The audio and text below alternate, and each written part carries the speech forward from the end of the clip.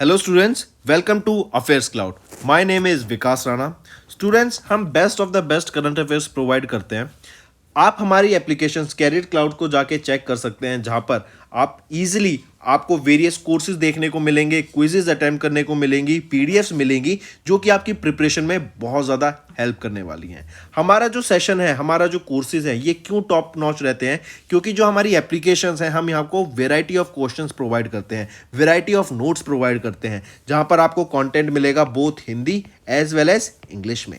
आपको क्या करना है, हमारी एप्लीकेशन को डाउनलोड करना है गूगल ऐप स्टोर से, जो कि आप इजीली कैरियर्स क्लाउड के नाम से सर्च करके डाउनलोड कर सकते हैं। And once you have downloaded, आपको लॉगिन करना पड़ेगा with your Gmail ID. And login करने के बाद आपको हमारी जो भी कोर्सेज हैं वो यहाँ पर आपको सारे देखने को मिलेंगे। जो भी आपको क्विज अटेम्प्ट करनी है वो देखने को मिलेगी। आपको ई बुक्स मिलेंगी, यहाँ पर पाथ मिलेंगे आपको। एंड जैसे मैंने आपको बताया, हम डेली बेसिस पे, वीकली बेसिस पे और मंथली बेसिस पे करंट अफेयर्स अपलोड करते हैं, both in Hindi as well as English language. यहां पर आप देखेंगे जो डेली बेसिस पे आपको नोट्स प्रोवाइड किए जाएंगे, फिर आप YouTube पे वीडियो देख सकते हैं, उसके बाद आप आके इस एप्लीकेशन पे क्विज अटेम्प्ट कर सकते हैं डेली बेसिस पे, जो कि बहुत ज़्यादा हेल्पफुल रहने वाले हैं। सिमिलरली वीकली बेसिस पे भी आप ये करेंगे, जो करंट अफेयर्स हैं उसकी आपको पीडीएफ मिलेगी एंड आप क्विज अटेम्प्ट कर सकते हैं वीकली बेसिस पे भी, जो कि आपकी प्रिपरेशन को एक स्टेप आगे लेके जाएगा। एंड फिर ऐसे ही जो मंथली बेसिस पे आपको 100 क्वेश्चंस की इंपॉर्टेंट पीडीएफ मिलेगी,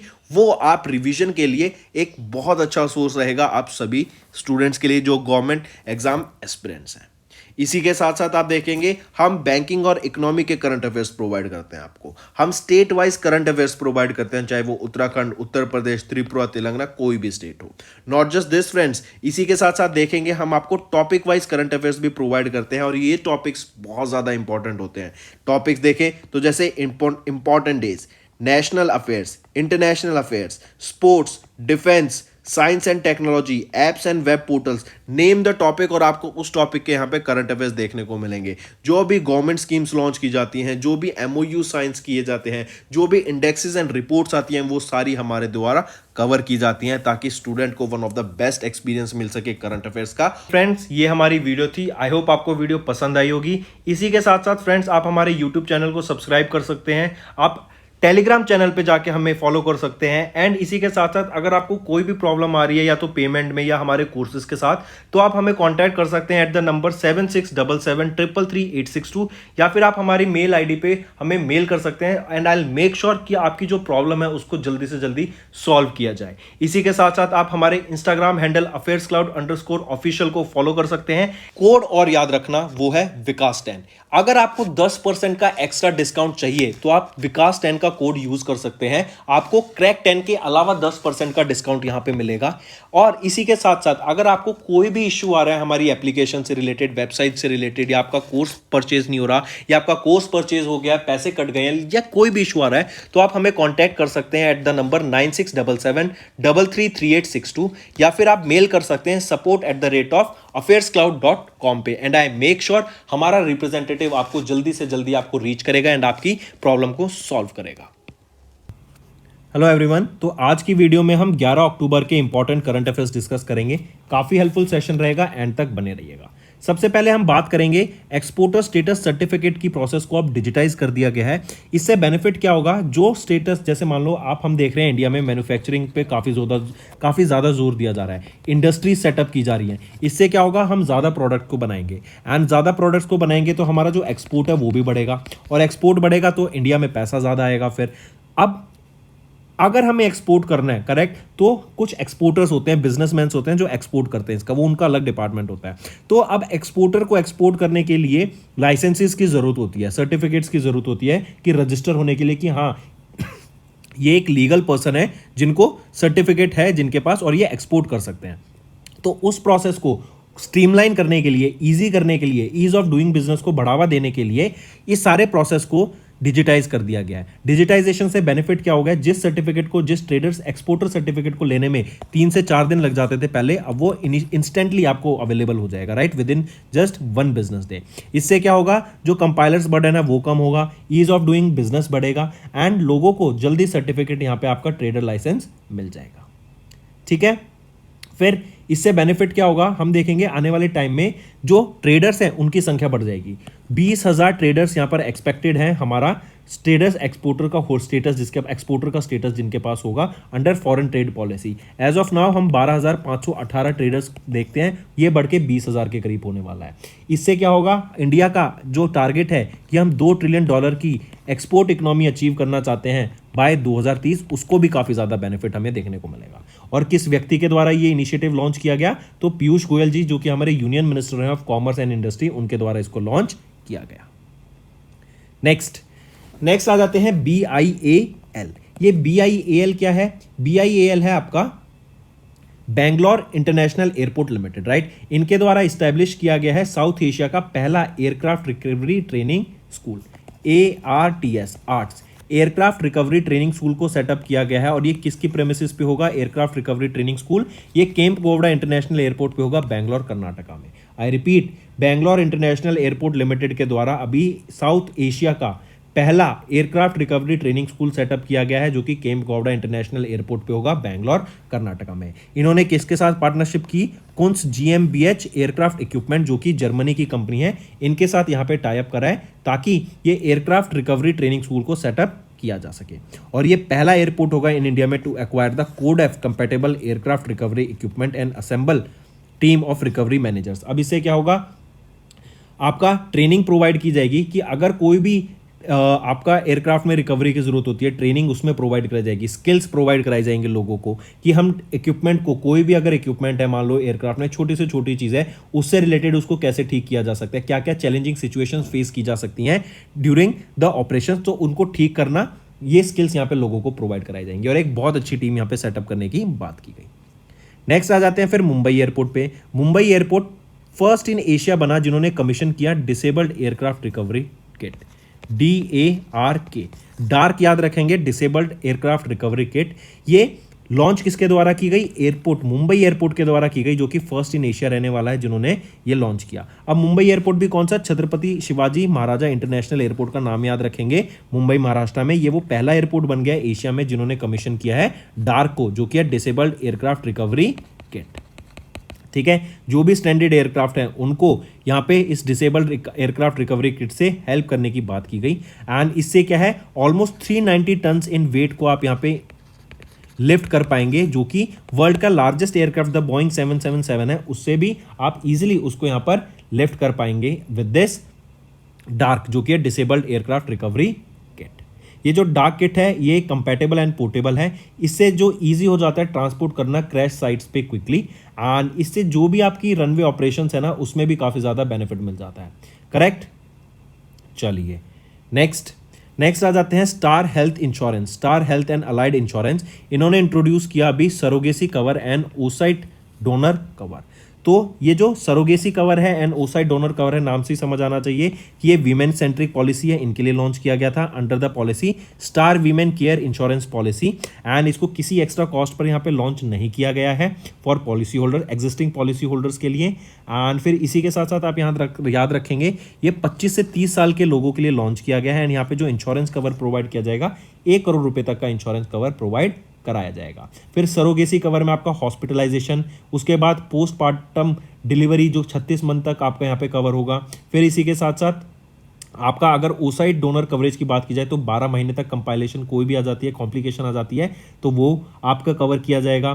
फिर इसी के साथ साथ न्यू बॉर्न बेबी को 25% of the some insured from day 1, जैसे आपका 1 करोड़ है तो 25% 25 लाख का आपका न्यू बॉर्न बेबी का भी कवर प्रोवाइड कराया जाएगा। एंड मल्टीपल अदर बेनिफिट्स यहाँ पे प्रोवाइड कराए जाएंगे star health and allied insurance के द्वारा। अगर बात करें यहाँ पे managing director of chief executive officer कौन रहेंगे? आनंद रॉय। हेडक्वार्टर कहाँ पे रहेगा? चेन्नई तमिलनाडु में। एंड इस्टेब्लिश इसको 2006 में करा गया था। नेक्स्ट आ जाते हैं IIFCL। इन्होंने सैंक्शन किया अभी एक loan worth 8,800 crore rupees. I repeat 8,800 crore rupees का यहाँ पर अभी लोन सैंक्शन किया गया है, ताकि जो सिविल एविएशन सेक्टर है ना, उसमें जो इंफ्रास्ट्रक्चर की रिक्वायरमेंट है वो बूस्ट की जा सके, वो प्रोवाइड की जा सके। करेक्ट, तो इंफ्रास्ट्रक्चर डेवलपमेंट के लिए सिविल एविएशन सेक्टर में IIFCL ने अभी लोन सैंक्शन किया कितना? 8,800 करोड़ रुपए का। ये PPP मॉडल पे बेस्ड होगा, पब्लिक प्राइवेट पार्टनरशिप पे बेस्ड होगा। ऑलरेडी अगर हम बात करें इससे पहले 4,000 करोड़ रुपए तक यहाँ पर IIFCL ने प्रोवाइड कराए जा चुके हैं। एंड इन टोटल अगर बात करें IIFCL ये one of the major airport financier रहेगा एंड यहाँ पर ऑलमोस्ट 74,000 करोड़ रुपए तक यहाँ पे IIFCL ने अभी तक फंड कर चुके हैं ताकि इंफ्रास्ट्रक्चर डेवलपमेंट की जा सके ऑफ द एयरपोर्ट्स। फिर यहीं पे ग्रीन एयरपोर्ट प्रोजेक्ट्स को भी मेंटेन रिपेयर करने की भी फैसिलिटी प्रोवाइड की जाएगी। फिर इसी के साथ साथ अगर हम इसकी बात करें तो एक उड़ान भी आपको याद होनी चाहिए स्कीम। ये क्या है? उड़े देश का आम नागरिक 2017 में लॉन्च किया गया था ताकि जो एयरपोर्ट ट्रेवल है, जो एयर फ्लाइट्स हैं, इनको चीप बनाया जा सके, उनको अफोर्डेबल बनाया जा सके for the middle class people. And इसी से रिजल्ट में हमने देखा कि अगर हम देखें ये इनिशिएटिव तो 2017 में लॉन्च की गई थी, लेकिन अगर 2014 से 2022-23 की बात करें तो 2014 में 74 एयरपोर्ट्स थे और 2023 में ऑलमोस्ट 148 एयरपोर्ट्स हमें देखने को मिल रहे हैं। ठीक है, इससे क्या होगा? ज़्यादा एयरपोर्ट्स होंगे तो फ्लाइट की जो कॉस्ट है वो कम आ जाएगी एंड लोगों को जो कनेक्टिविटी है वो बढ़ जाएगी। Even in the remote areas अगर हम देखें वहाँ पर भी आपकी कनेक्टिविटी प्रोवाइड की जा सकती है, राइट। चलिए, अगर IIFCL की बात करें तो मैनेजिंग डायरेक्टर यहाँ पर कौन रहेंगे? PR जयशंकर। एंड हेडक्वार्टर कहाँ रहेगा? न्यू दिल्ली में। एंड इसको 2006 में इस्टेब्लिश करा गया था। नेक्स्ट हम बात करते हैं नोबेल प्राइज की इन इकोनॉमिक्स। 2023 का नोबेल प्राइज इन इकोनॉमिक्स किसको दिया गया है? किसको सम्मानित किया गया है? क्लॉडिया गोल्डिन को। आप इनको पिक्चर में देख सकते हैं, इनको सम्मानित किया गया है नोबेल प्राइज इन इकोनॉमिक्स से। ये प्रोफेसर हैं हार्वर्ड यूनिवर्सिटी में, जो कि कैम्ब्रिज मैसेच्यूसेट्स USA में है। एंड इनको नोबेल प्राइज इन इकोनॉमिक्स से सम्मानित किया गया। नोबेल प्राइज इन इकोनॉमिक्स का जो फॉर्मली नाम रहेगा वो क्या है? Sveriges Riksbank prize in economic sciences in the memory of Alfred Nobel ये अवार्ड दिया जाता है। एंड ये 55th रेसिपिडेंट बन गई हैं of this prize since its inception in 1967, right. Royal Swedish Academy of Science Stockholm Sweden में इस अवार्ड से सम्मानित किया जाता है। एंड इसी के साथ साथ याद रखेंगे, जैसे अभी हमने बताया, ये 3rd वीमेन बन गई हैं जिन्होंने इस प्राइज को रिसीव किया। जो पहली वीमेन थी उन्होंने 2009 में रिसीव किया था और उनका नाम क्या है? एलिनोर ऑस्ट्रॉम। एलिनोर ऑस्ट्रॉम वो पहली वीमेन थी जिन्होंने नोबेल प्राइज इन इकोनॉमिक्स जीता था 2009 में। मूविंग ऑन, नेक्स्ट आ जाते हैं नंदिनी आजाद, राइट। नंदिनी आजाद, इनको रिलेक्ट कर लिया गया है to the board of international राइफेजन यूनियन IRU। IRU क्या है? इंटरनेशनल राइफेजियन यूनियन। और किनको अभी रिलेक्ट कर लिया गया है to the board of IRU? वो है नंदिनी आजाद। ठीक है, नंदिनी आजाद, मार्क करके चलेंगे, DINI। ये वो पहली इंडियन एंड फर्स्ट वीमेन बनी जिनको अपॉइंट किया गया था इस पोस्ट पर। एंड करंटली ये प्रेसिडेंट है Indian Cooperative Network for Women and Working Women's Forum India की। एंड इनको अभी रिलेक्ट कर लिया गया for the second term to the IRU board. 2018 में she was elected to the IRU board और ये पहली वीमेन बन गई थी, तब याद रखेंगे, right. As I just said, she became the first Indian and first women to be appointed to this post in 2018, right. चलिए नेक्स्ट पे आते हैं। फिर एक चीज और, ये जो IRU है ये है क्या? ये 1968 में स्टैब्लिश किया गया था और ये एक प्रेस्टिजियस एसोसिएशन है of the national cooperative organisations. I repeat, ये एक प्रेस्टिजियस एसोसिएशन है of the national cooperative organisation. 50 members रहेंगे इसमें फ्रॉम 33 कंट्रीज। इन 33 कंट्रीज की जो कोऑपरेटिव ऑर्गेनाइजेशंस है उनका ये पार्ट रहती हैं, करेक्ट। वो सारी मिलके इनके द्वारा ये IRU स्टैब्लिश किया गया था। IRU का हेडक्वार्टर कहाँ पे रहेगा? बॉन, जर्मनी में। नेक्स्ट पर आते हैं। फिर न्यू ड्रैगन फ्लाई स्पीशीज अभी रिसेंटली फाउंड की गई, कहाँ पर? वायनाड में। वायनाड कहाँ पर है? ये वायनाड आपका केरला में है, ठीक है। और यहाँ पर अभी एक नई स्पीशीज फाउंड की गई है ड्रैगन फ्लाई की, जिसका नाम रखा गया रेड रम्प्ड हॉकलेट। रेड रम्प्ड हॉकलेट ये नई स्पीशीज का नाम है ऑफ ड्रैगन फ्लाई एंड इसका साइंटिफिक नेम रहेगा एपिथेमिस वायनाडेनेसिस। आई रिपीट, एपिथेमिस वायनाडेनेसिस ये नाम रहेगा आपका new dragon fly of species का, जो नई स्पीशीज अभी वायनाड में डिस्कवर की गई है। और वायनाड कहाँ पर है? केरला में, राइट। तो आप देख सकते हैं वायनाड में डिस्कवर की गई, तो उसी को सम्मानित करने के लिए यहाँ पर उसी के बेसिस पे इसका साइंटिफिक नेम रखा गया। चलिए नेक्स्ट पे आते हैं। फिर आ जाते हैं होंगजो गेम्स, होंगजो एशियन गेम्स। होंगजो कहाँ पर है? चाइना में। तो अभी चाइना में हमें देखने को मिला था, चाइना के होंगजो में एशियन गेम्स, ये 19th एडिशन था एशियन गेम्स का 2022 में जो होना था, करेक्ट। एंड यहाँ पे बात करें तो सबसे टॉप पर मेडल टैली में कौन सी कंट्री रही है? वो है China with 383 medals. Second position पे कौन सी कंट्री आ जाती है इन द मेडल टैली? वो है जापान। थर्ड पोजीशन पे कौन सी कंट्री आ जाती है? Republic of Korea. Fourth position पे हमारी इंडिया आ जाती है विद 107 मेडल्स। 107 मेडल्स में से 28 गोल्ड, 38 सिल्वर एंड 41 ब्रॉन्ज हमें देखने को मिलते हैं। और इसके बाद फिफ्थ पोजीशन पे उज्बेकिस्तान आ जाता है। फिर हम देखें इंडिया के नीरज चोपड़ा ने गोल्ड मेडल यहाँ पे जीता, इंडिया की क्रिकेट टीम ने यहाँ पे गोल्ड मेडल जीता, राइट। और इसी के साथ साथ 3000 मीटर स्टेपल चेज इवेंट में भी यहाँ पर हमें गोल्ड मेडल देखने को मिला, करेक्ट। चलिए नेक्स्ट आ जाता है फिर वर्ल्ड डिसलेक्सिया डे। डिसलेक्सिया होता क्या है? ये होता है आपका reading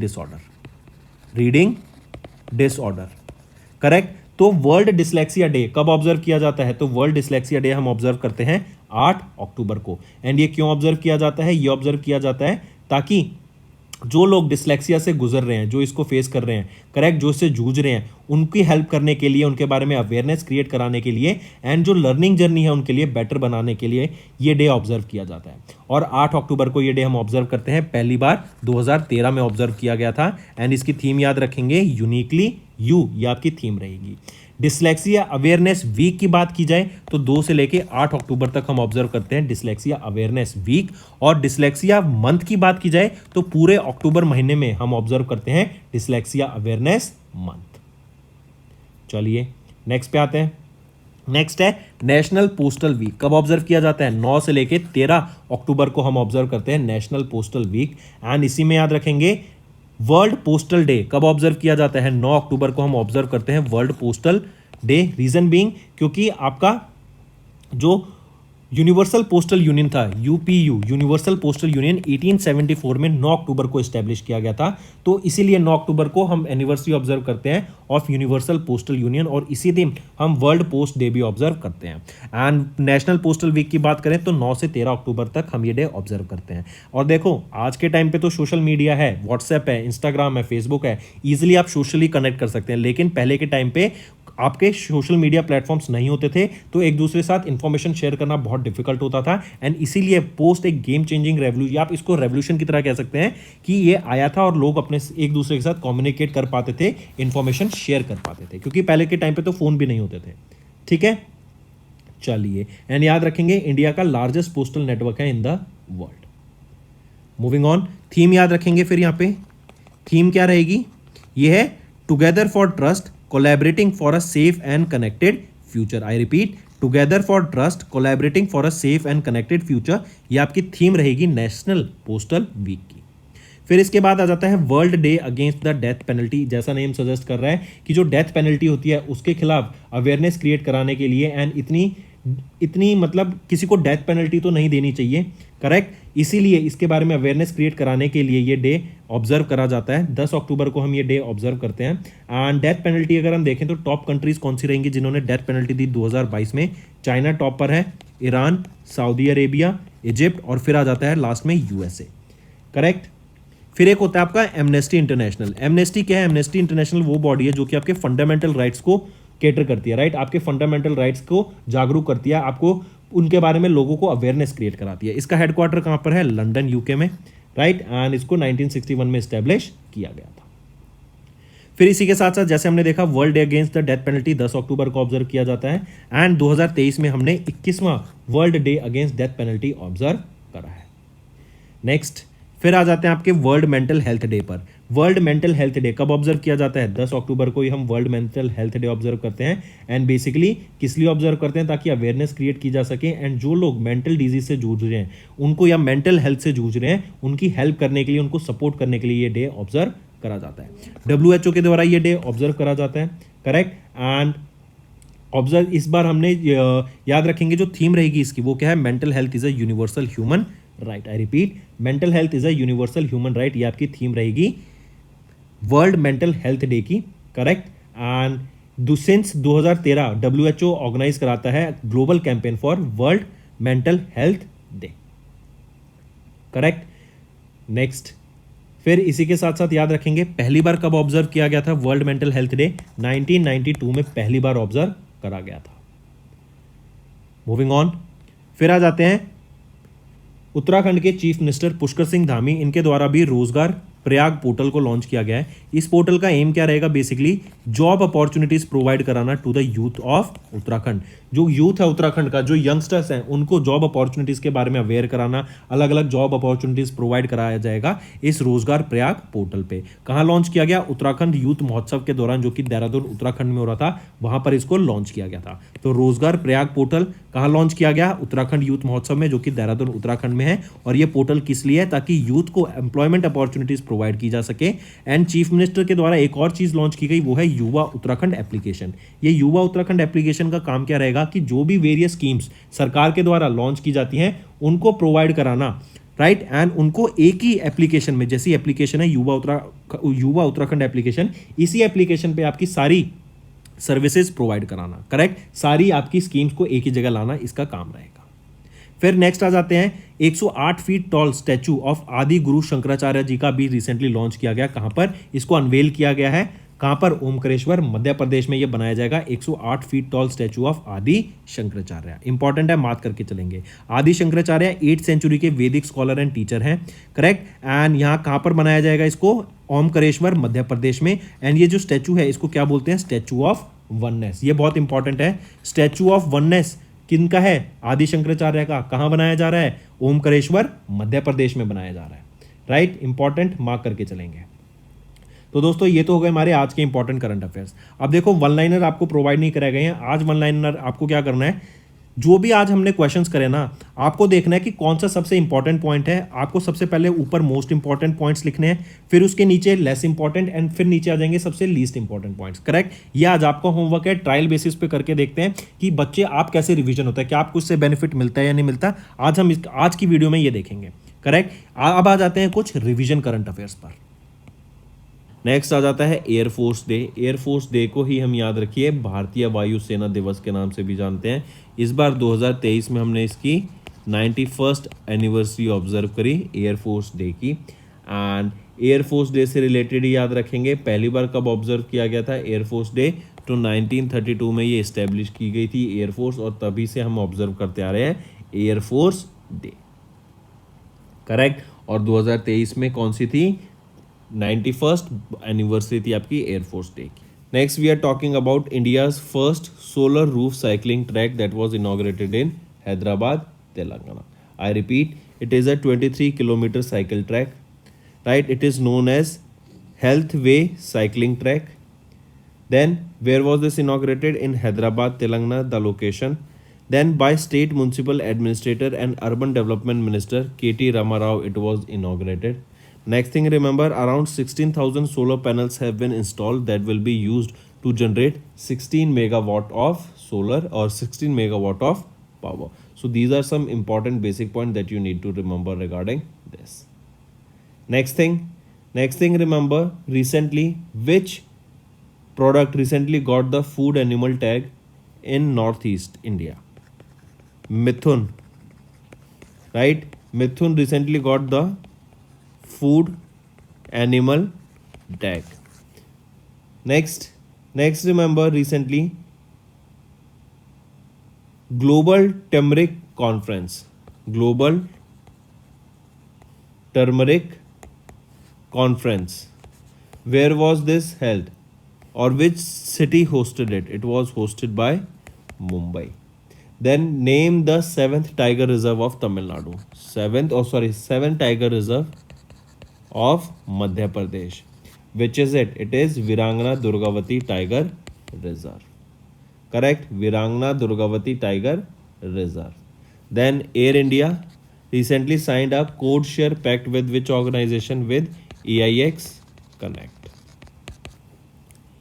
Next is Ookla Speed Test Global Index was released and India has ranked 47th out of 145 countries. I repeat, recently Ookla Speed Global Index was released and this index talks about the speed of internet in various countries, right? And here in this index, India ranked at 47th index, where the median download speed was 50.21 Mbps. Mbps is your megabyte per second. Then this index, Ookla Speed Test Global Index, was topped by which country? It was topped by UAE. where the median download speed was 210.89 Mbps. Then last year, India in 2022 was ranked 119th, and now the rank of India in 2023 is 47. If we talk about Ookla, remember Ookla is a global leader in connectivity, right? And the headquarters is in Seattle, Washington, USA. And who is the co-founder here? Doug Suttles. Next is NABARD. NABARD has raised. Next बात करते हैं Nobel peace prize की, right? आप इनको picture में देख सकते हैं, ये हैं नरगिस मोहम्मदी। एज ऑफ नाउ ये 10 साल की सज़ा काट रही हैं, ये अभी जेल में है तेहरान में। इनको अभी यहाँ पर सम्मानित किया गया नोबेल पीस प्राइज़ से। रीज़न बीइंग कि इन्होंने जो वीमेन हैं उनके राइट्स के बारे में बात की है ईरान में, उनके वीमेंस की जो उनके खिलाफ ऑपरेशन हो रहा है, जो उनके खिलाफ बदसलूकी होती है, जो उनको राइट्स नहीं दिए जाते हैं, राइट, उनके खिलाफ उन्होंने आवाज़ उठाई। एंड इनको भी इसलिए ये जेल में भी हैं क्योंकि इन्होंने बोला गया कि स्टेट के खिलाफ ये प्रोपोगेंडा फैला रही हैं। लेकिन इनकी फ़ाइट जो रही है ह्यूमन राइट को प्रपोर्ट करने की, फ्रीडम ऑफ ऑल को, फ्रीडम ऑफ स्पीच को, वीमेन के राइट्स के लिए जो ये लड़ रही हैं, ये काम कर रही हैं, उनके लिए इनको यहाँ पे सम्मानित किया गया है नोबेल पीस प्राइज से। याद रखेंगे ये सेकेंड वीमेन है, सेकेंड इरानियन वीमेन है जिनको भी सम्मानित किया गया है नोबेल पीस प्राइज से। करेक्ट, second Iranian women to win a Nobel Peace Prize. Iran की अगर बात करें तो ईरान की कैपिटल क्या रहेगी? तेहरान। करेंसी क्या है? Iranian real. और यहाँ के प्रेसिडेंट कौन रहेंगे? इब्राहिम राइसी। सबसे पहले हम बात कर रहे हैं स्वावलंबन सेमिनार की, राइट? स्वावलंबन सेमिनार ये NIIO सेमिनार है जो कि अभी दिल्ली में हुआ था। इसका सेकेंड एडिशन अभी हमें देखने को मिला था, राइट? ये हमें सेकेंड एडिशन का स्वावलंबन सेमिनार था जो आपका 4 और 5 अक्टूबर को हमें देखने को मिला था, राइट? सेकेंड एडिशन मार्क करेंगे सबसे पहली चीज़। अब किसके द्वारा कराया गया था? तो इंडियन नेवी के Naval Innovation and Indigenisation Organisation के द्वारा ये सेमिनार कंडक्ट कराया गया था।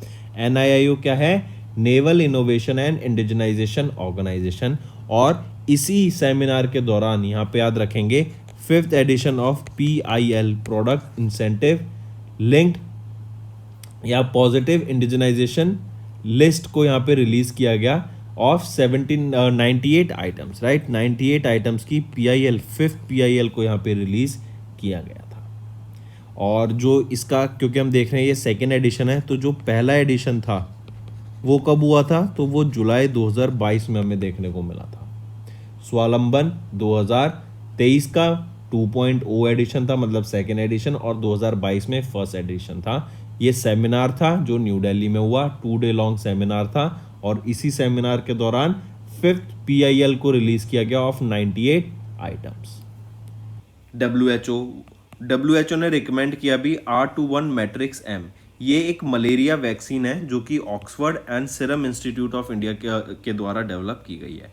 ऑक्सफोर्ड यूनिवर्सिटी की बात करें तो ऑक्सफोर्ड यूनिवर्सिटी में एक इंस्टीट्यूट आ जाता है, जेनर इंस्टीट्यूट, उनके द्वारा, and serum institute of India, इन दोनों के द्वारा मिलकर यहाँ पे ये नई न्यू मलेरिया वैक्सीन को डेवलप किया गया है जो कि फॉर है prevention of malaria in children. और मलेरिया हम जानते हैं मॉस्किटो से होता है, डेंगू भी आपका मॉस्किटो से होता है, राइट? तो इनकी प्रिवेंशन के लिए ऑफ चिल्ड्रन फ्रॉम मलेरिया ये नई वैक्सीन डेवलप की रिकमेंड की गई है WHO के द्वारा, जो कि इनके द्वारा डेवलप की गई। फिर इसी में याद रखेंगे ये सेकेंड वैक्सीन थी जो कि WHO के द्वारा रिकमेंड की गई है। इससे पहले एक और वैक्सीन WHO के द्वारा रिकमेंड की जा चुकी है, ये आपकी सेकेंड वैक्सीन रही। करेक्ट। देन इसी के अलावा याद रखेंगे अभी कौन सा सेशन हुआ था यूनाइटेड नेशन जनरल असेंबली का रिसेंटली, जो कि आपका 18 सितंबर से लेके 26 सितंबर के बीच में हुआ अभी 2023 में।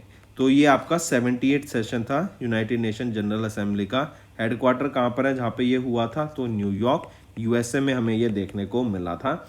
एंड थीम क्या थी इस इवेंट की? Rebuilding the trust and regaining global solidarity, right? Next, और हमारे डॉक्टर S जयशंकर इन्होंने यहाँ पर रिप्रेजेंट किया of to represented the Indian delegation. फिर नेक्स्ट पर आते हैं, नेक्स्ट ज़रा बताओ, अभी रिसेंटली किन्होंने एक लिस्ट अनवेल की of the critical minerals for India? तो प्रहलाद जोशी के द्वारा इसको अनवेल किया गया था। दिव्या काला मेला, दिव्या काला मेला ये कहाँ पे ऑब्जर्व किया जाता है? तो जयपुर में हमें देखने को मिलता है दिव्या काला मेला। नेक्स्ट जरा बताओ, ऑपरेशन कन्विक्शन, ऑपरेशन कन्विक्शन, ये ऑपरेशन कन्विक्शन क्या है? ये ऑपरेशन कन्विक्शन अभी रिसेंटली लॉन्च किया गया था उत्तर प्रदेश गवर्नमेंट के द्वारा। ये आपका एक cow slaughter and child abuse cases के लिए उसके तरफ वर्क करने के लिए ये ऑपरेशन कन्विक्शन लॉन्च किया गया है यूपी के द्वारा। Next, Sudha Murthy, she became the first women to get a global Indian award. I repeat, the renowned author and philanthropist Sudha Murthy, who is the chairperson of the Infosys Foundation, she became the first woman to be honored the Global Indian Award by the Canada-India Federation at the Indo-Canadian Gala event that was held in Toronto, Canada. I repeat, recently Sudha Murthy, who is the chairperson of the Infosys Foundation, she became the first woman to get Global India Award, and it was by the Canada India Foundation. It was during the Canadian Gala event that was in Toronto, Canada. Right? Important, take a note of it. Then this award is presented to her by an Indian High Commissioner to Canada, Sanjay Kumar Verma. Then this award is given to an outstanding individual who has helped India become a global economic and political power. The award winners receive here an amount of $50,000 which they can donate to their charity of their choice. Correct? Mark this important. Then apart from this, if we talk about Sudha Murthy, she has also received Padma Shri, that is the fourth highest civilian award in 2006. Then with Padma Bhushan in 2023 for social work. Next आ जाता है, सचिन तेंदुलकर को भी recently global ambassador appoint किया गया है for ICC ODI World cup 2023। India में ये world cup हो रहा है, राइट? एंड यहीं पे याद रखेंगे सचिन तेंदुलकर ही वो व्यक्ति हैं जिनको नेशनल आइकन भी अपॉइंट किया गया था by election commission of India, ताकि इलेक्शन के बारे में अवेयरनेस क्रिएट की जा सके among the people of India. फिर यहीं पे याद रखेंगे इनको एम्बेसडर बनाया गया for ICC men's cricket one day international world cup. And यहीं पर याद रखेंगे ये इन्होंने अभी रिसेंटली वर्ल्ड कप ट्रॉफी भी लॉन्च की थी before the inaugural match between England and New Zealand. फिर ये 13th addition of the men's ODI World Cup that is set to be held from 5th October to 19th November. एंड याद रखेंगे ये जो बोथ इनॉग्रल और जो फाइनल मैचेस हैं ये नरेंद्र मोदी स्टेडियम में होंगे अहमदाबाद, गुजरात में। करेक्ट? और यहाँ पे करेक्ट कर लेंगे, inaugural match between England and New Zealand है ये, ठीक है? नेक्स्ट है फिर आयुष सेठी। आयुष सेठी ने अभी ब्रॉन्ज मेडल जीत लिया है in the BWF World Junior championship 2023 की, जो कि कहाँ पर हुई थी? स्पोकाने में इन USA। एंड इसका कौन सा एडिशन था BWF का? तो ये 23rd एडिशन था BWF वर्ल्ड जूनियर चैंपियनशिप का, जहाँ पर आयुष सेठी ने ब्रॉन्ज मेडल जीता।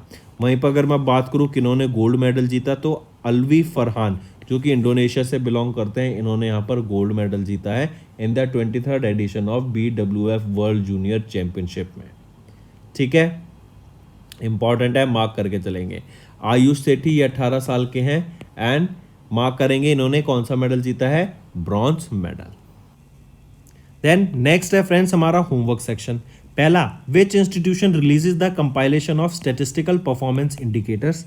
दूसरा, Nobel prize in medicine 2023 was awarded to Katalin Kariko and Drew Weissman for their work in dash field.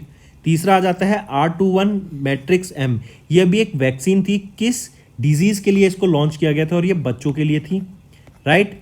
And एक चीज और याद रखेंगे, इसमें आपको मुझे बताना है कि किस यूनिवर्सिटी या किस इंस्टीट्यूट के द्वारा इस वैक्सीन को भी रिसेंटली लॉन्च किया गया था, अप्रूव किया गया था। करेक्ट? तो ये तीन चीज आपको मेरे को बतानी है, ये तीन आपके होमवर्क रहेंगे। एंड आज एक होमवर्क और है, वो क्या है? वन लाइनर्स जो करंट अफेयर्स हम रिवाइज करते थे, आज आपको उन वन लाइनर्स को खुद अपने हिसाब से ऑर्डर करके लिखना है कि आज का most important current affair top पर, फिर बीच में लीस्ट और बीच में लेस इंपॉर्टेंट और सबसे नीचे आ जाएगा आपका जो लीस्ट इंपॉर्टेंट करंट अफेयर रहेंगे। करेक्ट। इस सीक्वेंस में आपको अपने करंट अफेयर्स का एक नोट बनाना है, वो आपके लिए बहुत बेनिफिशियल होगा। कमेंट करना चाहे आप कमेंट सेक्शन में भी बना सकते हैं जिससे दूसरे बच्चे भी पढ़ पाएं, बट ये काम आपको आज खुद करना है। और इन तीनों क्वेश्चंस का, होमवर्क क्वेश्चंस का कमेंट जरूर करना क्योंकि बहुत अच्छी रिवीजन होगी इनसे। करेक्ट। तो दोस्तों ये था हमारा आज का सेशन। आई होप आपको वीडियो पसंद आई। वीडियो पसंद आई तो जल्दी से वीडियो को लाइक कर दें, सब्सक्राइब कर दें और अपने दोस्तों के साथ शेयर जरूर से करें। So that's all for the day friends. Thank you and have a nice day. That's all for the day, friends. I hope you enjoyed the session and you can follow us on the YouTube channel, as well as apart from YouTube channel, you can go and follow us at Affairs Cloud Telegram channel.